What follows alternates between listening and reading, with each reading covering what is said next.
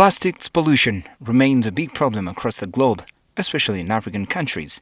These have become a burden not only to the environment, human health, but also to aquatic life.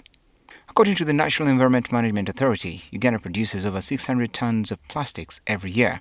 While Uganda has had previous efforts to deal with the menace, not much has been realized. And this kind of environmental situation is the one that is driving the entire world, not only Uganda, but the whole globe, to think of sustainable ways of managing plastic. We need to protect our environment, and protect our also economy, societies and ecosystem from the harmful impact which come as a result of unregulated global plastic value chain. This has been blamed on a weak law and lack of patriotism among Ugandans. Why is it becoming hard for Ugandans to be able to abide by what is within the Constitution and the policies that have been put in place? That shows you that we are not patriotic as a country, and that we don't love our country, that we don't care. Because that is the first line of care.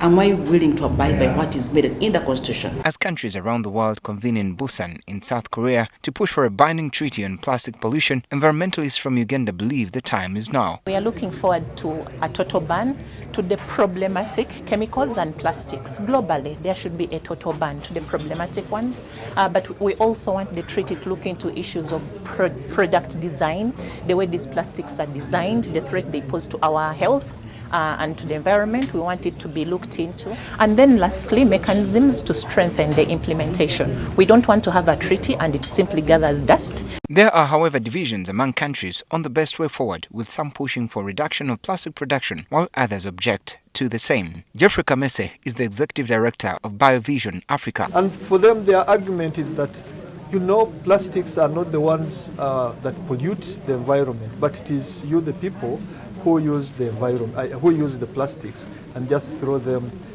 around. But is it possible for the globe to zero on a total ban on production of plastics? Where they are talking about to ban is where we have single-use plastics. But I can assure you, the language of the treaty is not saying that it's a total ban of plastics. The environmentalists believe ensuring proper and effective implementation of this treaty, once agreed upon, will require dedicated financing. Provide necessary, predictable, sustainable and adequate financial resources for countries in need. We should have a finance mechanism that will facilitate the implementation of this convention. But what would this treaty mean for Uganda?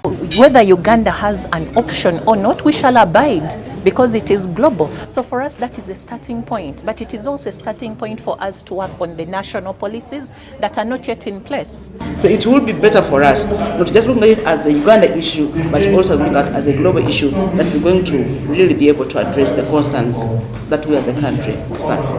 When you have your own rules, you can easily bend them. More especially if the politics do not favor them.